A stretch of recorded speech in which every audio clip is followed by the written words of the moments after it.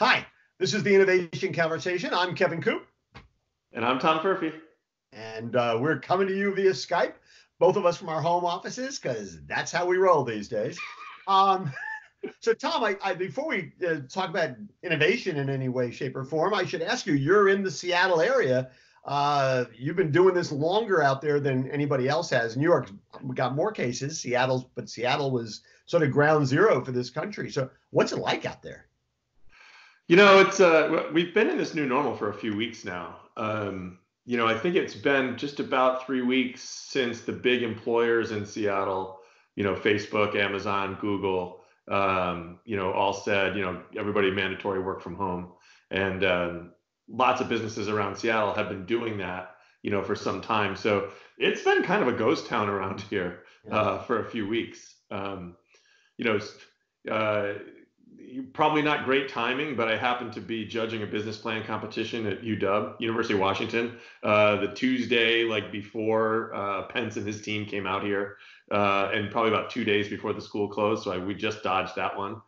Still feeling good, fortunately. And then my wife and I took off for Europe right after we did the last innovation conversation. We actually went over to Europe to visit our son in Prague and traveled around Europe, and the travel ban actually hit while we were over there. So we did get back, and it was a little of an effort to get our son back from Prague, and with all canceled flights and health screenings and all that. But we're all back and safe. Safe, healthy, good. Yeah, safe, healthy, and we're settling into this new normal of work. Well, and I know you and I are both mourning the closure of Edis and the fact that Morgan is, for the time being at least, not there anymore. Not Morgan, for those of you who have not seen Morning Newsbeat or aren't aware of it, Morgan is like the best bartender on the planet. Edis in Seattle, written about him in a couple of books, written about him on Morning Newsbeat over the years, and right now he is without a gig. And boy, I hope it all comes back. But it's hard to know. Yes. We don't, and how long it'll take. Can't have So the other day we were talking, and there's that great Churchill quote, right? That goes, "Never let a good crisis go to waste." All right, I think this can safely be called a crisis. So, what do you think retailers ought to be doing in terms of innovating, in terms of down the road? How ought they be thinking? What ought they be focusing on? That's that's a tough question. It's probably a sensitive question now. I mean, retailers have been just doing amazing work at, obviously keeping their stores going, keeping their stores safe, keeping their employees and customers safe, trying to keep their supply chains going, right? And really being, one of a few safe havens and necessary in this environment. So I think for most retailers, it's probably a little bit hard to be thinking about down the line innovation at a time like now.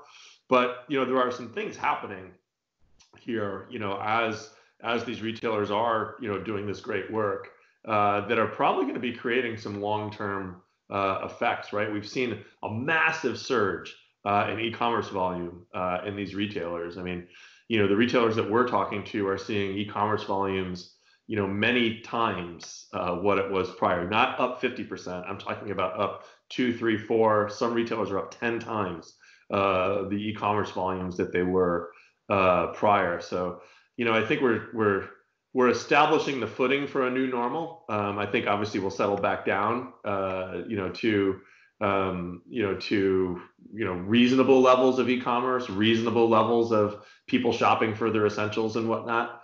But I think what's happening is that with this surge in volume, in these changing habits, is that you're going to see some retailers are going to be well positioned to get their kind of strategies in order post this, and there'll be others that are left behind. And I think you're going to probably maybe see a little bit of a even further spread between what I would call the haves and the have-nots.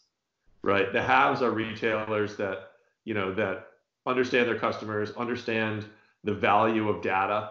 There's a massive surge in data that's happening now, right? As all these customers converge on their stores, converge in e-commerce, we're creating all this new data. Some retailers will leverage that data really well and create good offerings, for their customers going forward based on that. Others may not, and so I think you're going to start to see a spread between those that are good and those that are not so good. Yeah, it's interesting. I've talked to a number of retailers, and the phrase that I hear over and over, and it worries me in terms of the industry, is when they say, well, when things get back to normal. And I don't think we have any idea what normal is going to look like. I certainly don't think normal 6, 8, 10, 12, 18 months from now is going to look like normal did 6 months ago. I think that's unlikely. And I wrote the other day, I hate quoting myself, but I really do think that, that retailers need to have, I don't know, what Jeff Bezos would call like a one pizza team or a two pizza team that is focused at least part time on saying, okay, how are we going to be different and look different and operate differently when we come out of this than we did Yes. when we came into it? Because if you're not thinking that way, I think the odds on you becoming a have not versus a have is much more likely. Yeah, I mean, I think clearly we're creating some new. This event has been a catalyst to a whole bunch of new things, right? I mean, we're having an innovation conversation here by video, but most of our audience, right, this is how they're conducting the regular meetings, right? And so I think you're learning to do things in new ways that can be really effective. And clearly, we're seeing lots more folks shopping e-commerce, and I don't think there's any way that when we return to normal, normal is the same levels of e-commerce that it was before, right? So if I'm a retailer, maybe if I was at, I don't know, 7% e-commerce, right, prior to this, and I'm at 25% e-commerce now, what will new normal be? Well, it may not be 25, but it may be 15 to 20. And if that's my new normal, what are we going to look like? How are we going to operate? Like, what are we going to change? How is our relationship with our shoppers going to need to be different? What capabilities am I going to need to develop that I don't have? What strategies around gathering and using data am I going to need to have that I don't have today? I think that's really important to put that, one or two pizza team toward that to start thinking about now so that you're not caught behind as we transition back to normal. Do you also think it's important to take greater ownership? I mean, you and I have expressed similar feelings in the past about Instacart. Instacart's still growing their footprint. Nobody's going to get out of the Instacart business right now because they need that relationship. But it seems to me that Instacart continues to be positioning itself better every day to compete with the companies that right now are its customers, and that those customers need to figure out a way to really own their e-commerce solution and not just outsource it. Data is such a precious asset. And when you look at what's happening, at Amazon, for example, where their CPG business is up, I mean, more like 10x what it has typically run, right? Every day they're doing, Prime Day and Black Friday like volumes.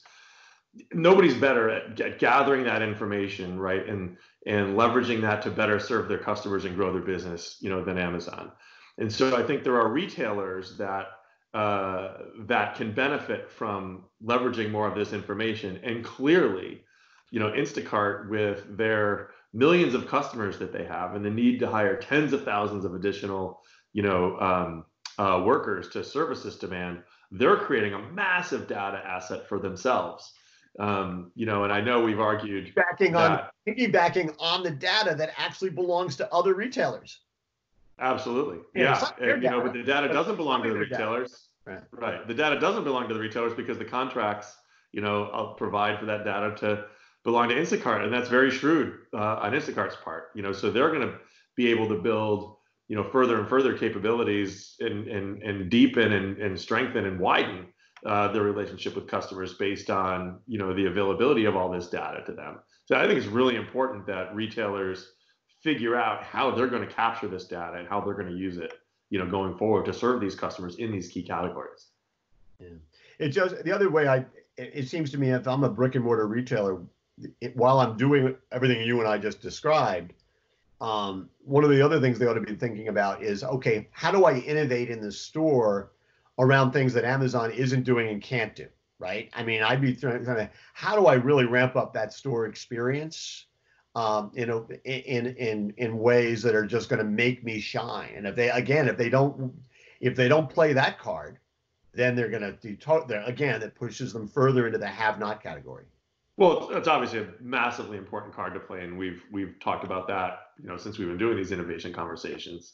A little tricky right now in a physical retail environment because of all the efforts being spent around keeping the shelves well stocked, keeping the store disinfected, keeping employees and customers safe, right? And depending on your local regulations, how you might have to change your hours and service your customers and maybe move to more curbside. And so it is, probably a little bit difficult to be innovating and focusing on the in-store experience.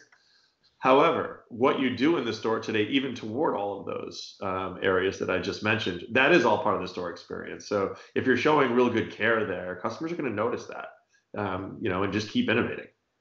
I'll bet you, it's interesting. I mean, I did a piece the other day on Morning Newsbeat about how, Stu Leonard's, Whole Foods, their fresh food operations are working. I mean, they are working them hard, and they look great. Yeah. And I'm sure that if you went to, we're all locked down, so I can't do this, right? But if you went to Dorothy Lane Market in Ohio, or you went to Met Market in Seattle, or Central Market in Texas, the things that have always differentiated them are still differentiating them. The question is going to be, are the undifferentiated retailers who right now are seeing are seeing some action that they were maybe 6 months ago, are they going to be able to build on that, or are they going to kid themselves into thinking, right, I'm back? And but they're not. They caught a wave. They're getting default, right?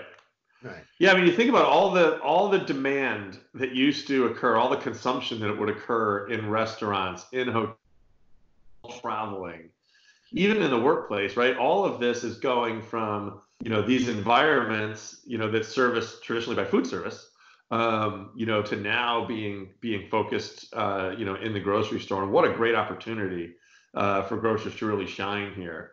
And even if you're picking up the default volume, my gosh, recognize that, and just do your best to put your best foot forward and retain some of that volume. You're going to come out better than you went in.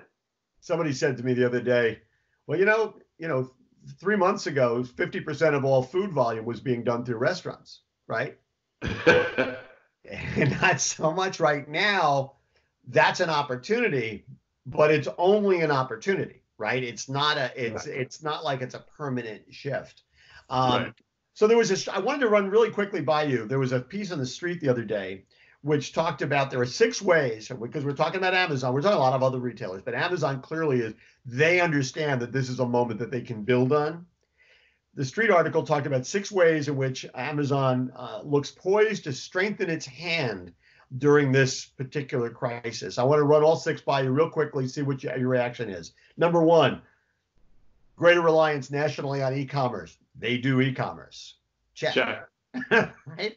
Number 2, an inflection point for online grocery sales. As much as e-commerce is growing, wow, right? Check. And they also have stores. Right, and they have stores.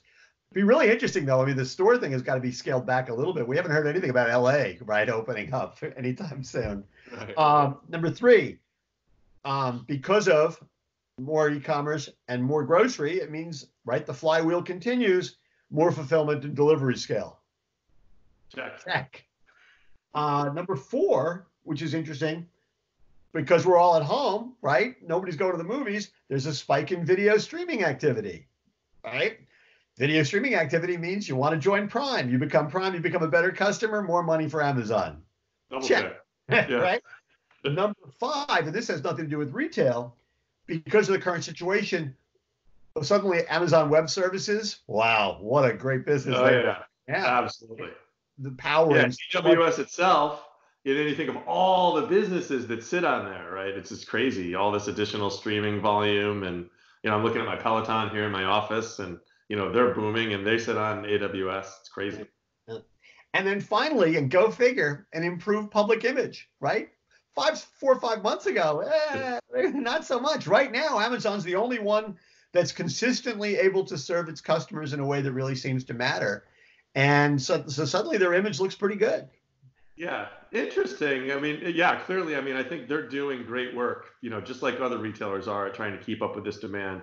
Hard decision for them to slow down the inflow and outflow of non-essential categories to focus on essential categories. I know that they're doing things they can do to protect their employees. They'll get some backlash around allowing people to work, but they're kind of a necessary service. So yeah, I think that they're definitely doing the right things to protect their image, and you don't hear, about all the other kind of stuff you'd hear about otherwise. So I think that's good for them. Well, I hate to say it, but if Amazon said tomorrow, hey, listen, we're going to shut down all our warehouses, the backlash would be a lot bigger. Absolutely, it would be. Right? Because we've all learned to depend on Amazon, and that's a foundation they're going to build on, and other retailers have to do the same. For sure. All right. Well, that's the end of this innovation conversation. Stay safe, stay healthy in Seattle. Will do. And we will see you in 2 weeks. Thanks, everybody. Thanks, everyone.